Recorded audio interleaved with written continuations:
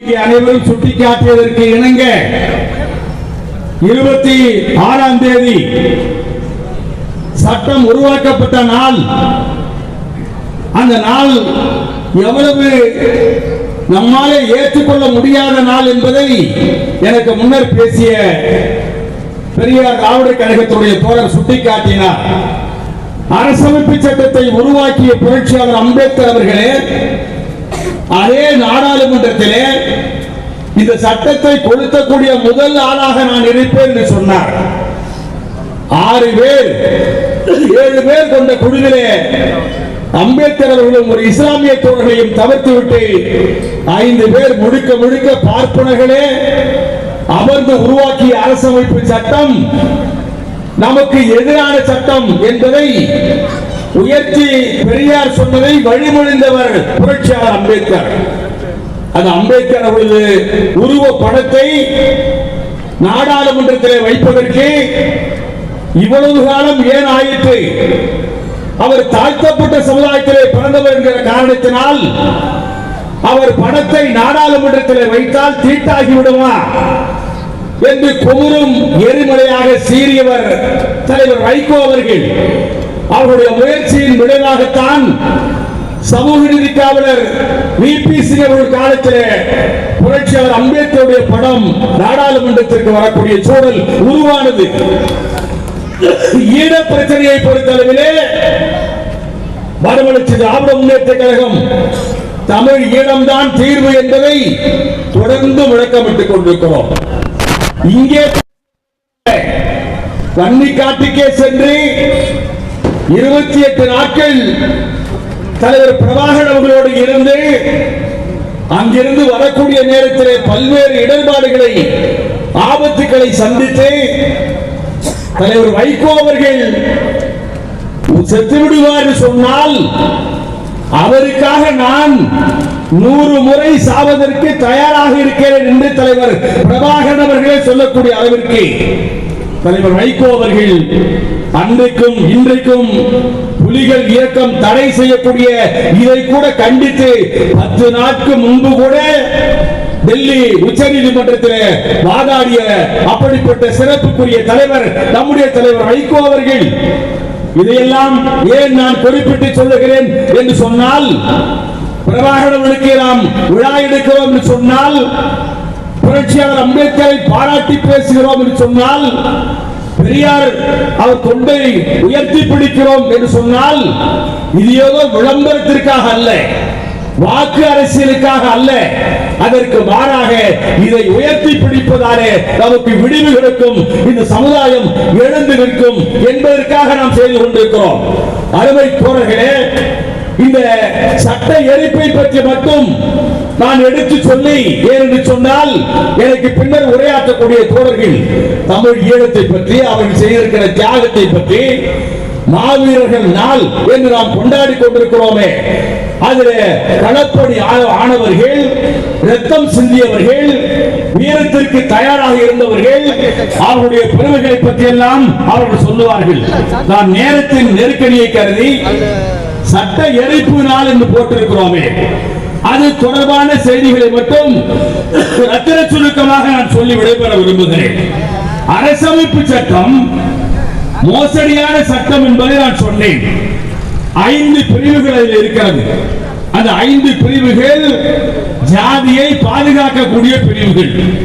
இன்னும் சொல்ல போனால் அரசமைப்பு சட்டத்திலே அன்டச்சபிலிட்டி இஸ் அபாலிஷ்ட் என்று இருக்கும், தீண்டாமை ஒழிக்கப்பட்டு விட்டது என்று இருக்கும். பெரியார் சொன்னார், ஜாதி இருக்கிற வரை தீண்டாமை ஒழியாது. எனவே நீங்கள் நேர்மையானவர்களாக இருந்தால், அறிவு நாணயம் உள்ளவர்களாக இருந்தால், அதில் சட்டத்திலே நீங்கள் எப்படி எழுத வேண்டும் என்று சொன்னால், ஜாதி ஒழிக்கப்பட்டு விட்டது என்று எழுதுன்னு சொன்னார். அதற்காகத்தான் போராட்டம். தஞ்சாவூருடைய மாநாடு கூட்டினார்.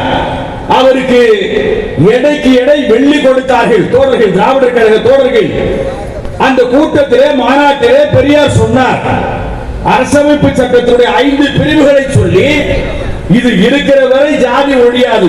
எனவே நான் அரசாங்கத்திற்கு 20 நாள் கெடு கொடுக்கிறேன். அந்த 20 நாளிலே இந்த சட்ட விதிகளை எல்லாம் எடுக்க வேண்டும். ஜாதி ஒழிப்பிற்கு அரசமைப்பு சட்டம் வழிவகுக்க வேண்டும். அப்படி இல்லாவிட்டால் அந்த சட்டத்தை கொளுத்துவதை தவிர எனக்கு வேறு வழி இல்லை என்று சொல்லிவிட்டு எதிரே பார்த்து உட்கார்ந்திருந்த தோழரை பார்த்து பெரியார் கேட்டார், சட்டத்தை கொளுத்த சொன்னால் கொளுத்துவீங்களான்னு கேட்டார். கொளுத்துவோம் எல்லாரும் சொன்னாங்க. அப்ப சொன்னாரு 26ஆம் தேதி அன்றைக்கு தான் குடியரசு மலர்ந்த நாள், அரசமைப்பு சட்டம் உருப்பெற்ற நாள். அந்த நாளுக்குள்ளாக இந்த சட்ட திருத்தம் நடைபெறவில்லை என்று சொன்னால் எங்கள் தோழர்கள் இந்த சட்டத்தை எரிப்பார்கள் சொன்னாங்க. என்ன பெரிய கொடுமை வேடிக்கைன்னு சொன்னா, அரசமைப்பு சட்டத்திலே அரசமைப்பு சட்டத்தை கொளுத்தினால் என்ன தண்டனைன்னு எழுதல. பெரியார் சொன்ன பிறகுதான் அவசரமா கூடி 3 நாளிலே ஒரு சட்டத்தை அறிவிக்கிறார்கள். அந்த சட்டப்படி அந்த சட்டத்தை கொளுத்தினால் 3 மாதத்திலிருந்து 3 ஆண்டு வரை தண்டனை என்று போட்டாங்க. அண்ணா நாடாளுமன்ற சட்டமன்றத்தில் பேசுறார், திமுக பிரிஞ்சு வந்துருச்சு. இன்னும் சொல்ல போனால் திமுகவும் திராவிடர் கழகமும் மாறுபட்ட நிலையில் இருந்த நேரம். ஆனாலும் சொன்னார், அண்ணா சொன்னாரு, பெரியார் உங்க பூச்சாண்டிக்கெல்லாம் பயப்பட மாட்டாரு. அவர் சொன்ன கோரிக்கையை நீங்கள் ஏற்று நடத்துங்கள். அதுக்கு பதிலா 3 ஆண்டு 6 ஆண்டு சொன்ன அதையெல்லாம் கேட்டு பணிந்து போகக்கூடிய கோடை அல்ல பெரியார் என்று சட்டமன்றத்தில் சொன்னார். அதுதான் நடந்தது. பெரியார் விடுதலை எழுதினாரு. 3 மாதம் மட்டுமல்ல தோழர்களே, 3 ஆண்டு மட்டுமல்ல, எவ்வளவு நாள் சிறை தண்டனை என்று சொன்னாலும் கலந்துக்கிறதுக்கு தயாரா இருக்கிறவங்க பேர் கொடுங்க பட்டியல் கொடுத்தாங்க. போராட்டம் நடைபெற்றது. போராட்டம் எப்படி நடைபெற்றது என்று சொன்னால், ஈழத்திலே அந்த தோழர்களை மாவீரர்கள் சொல்றோமே, அதற்கு நிகரான தியாகம் படைத்தவர்கள் பெரியார் தொண்டர்கள். இந்த சட்டத்தை எரிப்பதற்காக கும்பகோணத்துல குழந்தை அரசனை உட்கார்ந்து இருக்கார். அவங்க ஊர்ல அந்த போராட்டம் நடந்தது. போராட்டம் நடக்கிறது. 10 மணிக்கு கட்சி தோழர்கள் போய் நிக்கிறாங்க, கொளுத்துறாங்க. 200 பேர் கொளுத்துறாங்க. அந்த 200 பேரையும் அங்கு காவல் நிலையத்திற்கு அழைத்து செல்கிறார்கள். திருப்பனந்தாள் போலீஸ் ஸ்டேஷன்ல 40 பேர் மட்டும் உள்ள வாங்க, எங்க ஜெயிலுக்கு போறவங்க, மீதி பேர் வெளியில போங்க அப்படின்னு எஸ்ஐ சொல்றாரு. அதெல்லாம் முடியாதுங்க. யார் வந்த தோழர்கள், நாங்க 200 பேர் வந்தோம்ல, 200 பேர் பெரியார் தலைமை ஏற்றுதானே வந்தோம். அதுல இருந்து 40 பேர் உள்ள போக சொல்லிட்டு எங்களை வீட்டுக்கு போக சொல்றீங்க. நாங்க வீட்டுக்கு போக தயாரா இல்ல, நாங்களும் சிறைக்கு போறோம் சொன்னாங்க. அப்ப அங்க இருந்த டிஎஸ்பி சொன்னாரு, இல்ல இல்ல நீங்களாம் கொளுத்துனதை யாரும் பார்க்கல, அதனால நீங்க போலாம் அப்படின்னு. நீங்க பார்க்கல, இப்ப பாருங்க அப்படின்னு பேப்பரை எடுத்து கொளுத்தி எரியுது, சுடர் எரிஞ்சது இல்ல, இப்ப பாரு அப்படின்னா. அப்ப சொன்னார், இல்ல இல்ல இதெல்லாம் ஏத்துக்க முடியாது, அங்க காலையில கொளுத்தணும் பாருங்க, அவங்கள மட்டும்தான் கைது பண்ணணும் சொன்னாங்க. அறுவை தோழர்களே, அதற்கு பிறகு வீட்டுக்கு வந்து ஒரு வழக்கறிஞரை கூப்பிட்டு கடிதம் பெட்டிஷன் யாருக்கு எழுதுறா தெரியுங்களா? அந்த தோழர்கள் இந்தியாவுடைய உள்துறை அமைச்சருக்கு கடிதம் எழுதுறான். கும்பகோணத்தில் நாங்க போராட்டம் நடத்தினோம், 40 பேரை சிறைக்கு அனுப்புனாங்க, மீதி 80 பேரை வீட்டுக்கு போன்னு சொல்லிட்டாங்க. இதை நாங்கள் கண்டிக்கிறோம். நீங்க தலையிட்டு 40 பேரை விடுதலை பண்ணுங்கன்னு கேட்கல, 40 பேருக்கு ஜாமீன் கேட்கல, 40 பேருக்கு எங்களுக்கு வீட்டுல புள்ள இருக்கு, குட்டி இருக்கு, எப்பயாவது காப்பாத்துங்கன்னு சொல்ல, ஹைதராபாத்ல போய் ஓடி ஒளியல. அதற்கு பதிலாக நாங்களும் சிறைக்கு செல்ல தயாராக இருக்கிறோம் சொல்லி அங்க இருக்கிற எம்எல்ஏ இருந்தார் பாருங்க, காங்கிரஸ் கட்சி எம்எல்ஏ, அவரு முன்னிலையிலே அந்த சட்டத்தை கொளுத்தி அந்த சாம்பலை ஒரு கவர்ல போட்டு உள்துறை அமைச்சருக்கு டெல்லிக்கு அனுப்பி இவ்வளவு செஞ்சோம், எங்களையும் கைது செய் என்று கேட்ட தோழர்கள் மாவீரர்களா இல்லையா சொல்லுங்க. அறுவை தோழர்களே, அடுத்தது புதுக்கோட்டையில் ஷரீப் வந்திருக்காரு. புதுக்கோட்டையில் இந்த போராட்டம் நடந்தது. புதுக்கோட்டையிலே தங்கப்பண்ணு ஒரு தோழர், அவர் சாதாரண பேருந்து நிலையத்துக்கு பக்கத்துல தள்ளு வண்டியில பாயாசம் விற்கிற தொழில் செய்யக்கூடிய ஒரு சாதாரண கூலி தொழிலாளி. அவர் அந்த போராட்டத்தில் ஈடுபட்டார். கலந்துகிட்டாரு. 3 மாதம் சிறை தண்டனை, 9 மாதம் சிறை தண்டனை போட்டாங்க. 9 மாதமும் சிறையில இருந்தாரு. அருமை தோழர்களே, அப்படி 9 மாதம் சிறையில இருந்த நேரத்தில் அவருடைய மனைவி உடலம் குன்றி செத்து போனாங்க. திரும்பி போகல. அவர் மட்டுமல்ல, திருவாரூர்ல சங்கரன் ஒரு தோழர், நம்முடைய கலைஞர் அவர்கள் நெஞ்சுக்கு நீர் புத்தகத்திலே அவருடைய தியாகத்தை எழுதியிருப்பாரு. இந்த சட்டத்தை எரிச்சார் சங்கரன். கைது பண்ணாங்க. திருச்சி ஜெயிலில் போய் கொண்டு வச்சாங்க. திருச்சி சிறையில கொண்டு வைத்திருக்கிற போது, சிறையில் இருக்கிற போது அவருக்கு மனைவிக்கு உடல்நிலை சரியில்லை, போகணும், மறுவல்ல போங்கன்னு எல்லாரும் சொன்னாங்க. முடியாதுன்னாரு. என்னைக்கு எல்லாரையும் விடுதலை பண்றானோ அன்னைக்குதான் போக வேண்டாரு. வெளியில உடல்நலம் குன்றி இருந்த அந்த மனைவி செத்துட்டா. ஒரு கடத்த வைத்தியம் பண்ணாம செத்த போது போலீஸ் அதிகாரிகள் சிறை அதிகாரிகள் சொன்னாங்க, அந்த இறுதி நிகழ்ச்சிக்காக போங்க, பரோல்ல போங்க அப்படின்னாங்க. அப்ப அவர் சொன்னாரு, உயிரோட இருக்கும் போதே நான் போய் பார்க்க முடியல, மருத்துவ சிகிச்சைக்கு கூட போய் பார்க்க முடியல, இப்ப பணமா போய் பார்த்து என்ன நடக்க போகுது? பெரியார் அந்த சொன்னார் பாருங்க, அந்த போராட்டத்துக்கு உரிய விலையை தியாகத்தை நான் செய்யறேன், யாராவது எடுத்து போட்டோம், நான் போக தயாரா இல்லை என்று சொல்லிவிட்டு அங்கே சிறைச்சாலையில் இருந்தாரே, அப்படிப்பட்ட சங்கரன்களை எண்ணி பாருங்க. அதே மாதிரி இந்த தியாகத்தை சொல்ல வேண்டும் சொன்னால், லால்குடி பக்கத்தில் சென்ற ஊர் பெருவரப்பூர் சொல்லி நம்முடைய அமைச்சர் கே.என். நேரு அந்த ஊர்ல படிச்சார். 380 தோழர்கள் ஒரு ஊரிலே கைதாகி அவர்கள் ஒவ்வொருவரும் ஒரு வருஷ காலம் சிறை. நினைச்சு பாருங்க, ஒருவருடைய சிறையில எப்படிப்பட்ட சிறை, அந்த சிறையில எப்படி இருந்தா தெரியுங்களா? சாப்பாட்டுக்கு வழி இல்லாத நடுத்தர வர்க்கத்தை சார்ந்த தோழர்கள் ஜெயிலுக்கு போனார். அங்கே திருச்சியிலே டிடி வீரப்பான்னு ஒருத்தர், அதே மாதிரி நீடாமங்கலத்திலே ஆனா ஆறுமுகம்னு ஒருத்தர், அதற்கு பிறகு ஆனைமலை நரசிம்மன் ஒருத்தர், அதே மாதிரி வேலூர்ல திருநாவுக்கரசன் ஒருத்தர், ஜமீன்தார்கள், பெரிய பணக்கார, பட்டு சட்டை தான் போடுவான். அங்கே ஜெயிலுக்கு போன பிறகு சிறை உடையை போட்டுக்கொண்டு ஆர்டர்லினா சிறைக்கு போன தோழர்களுக்கு தெரியும், அங்க எடுபடி வேலை செய்யணும், அந்த வேலையை செஞ்சாங்க. அப்படி செய்கிற போது எங்கள் சிதம்பரத்தை சார்ந்த கிருஷ்ணசாமி மிக உயர்ந்த உருவம் கொண்டவர், ஏறத்தாழ 50-60 ஏக்கர் நிலத்துக்கு சொந்தக்காரர். அவர் சொன்னாரு, நான் எனக்கு ஒரு நாளைய சம்பளமோ என்னுடைய ஒரு நாளைய வருமானமோ உன்னுடைய ஒரு மாச சம்பளமோ ஒண்ணு, சிறை அதிகாரியை பார்த்து சொன்னாரு. ஆனா நான் ஜெயிலுக்கு வந்திருக்கேன், நீ சொல்ற வேலையை செய்யற. ஏன் தெரியுமா? பெரியார் சொன்னார்ல, ஜாதி ஒழியணும்னு சொன்னார்ல, அதுக்கு தடையா இந்த சட்டம் இருக்குன்னு சொன்னார்ல, அதற்காக நான் கொளுத்தினேன் என்று சொல்லி அப்படிப்பட்ட நிலையிலே அவர்கள் இருந்தது மட்டுமல்ல தோழர்களே, அதே மாதிரி சபரிமுத்து ஒருத்தர் லால்குடியில, அவரு சிறைச்சாலைக்கு கோயம்புத்தூர் சிறையில கொண்டு போய் அடைக்கிறாங்க. கோயம்புத்தூர் சிறையில் அடைக்கிற போது சிறைச்சாலையில் மாலை நேரத்தில் எல்லாரும் பேசிடுவாங்க, இந்த கைதான தோழர்கள்.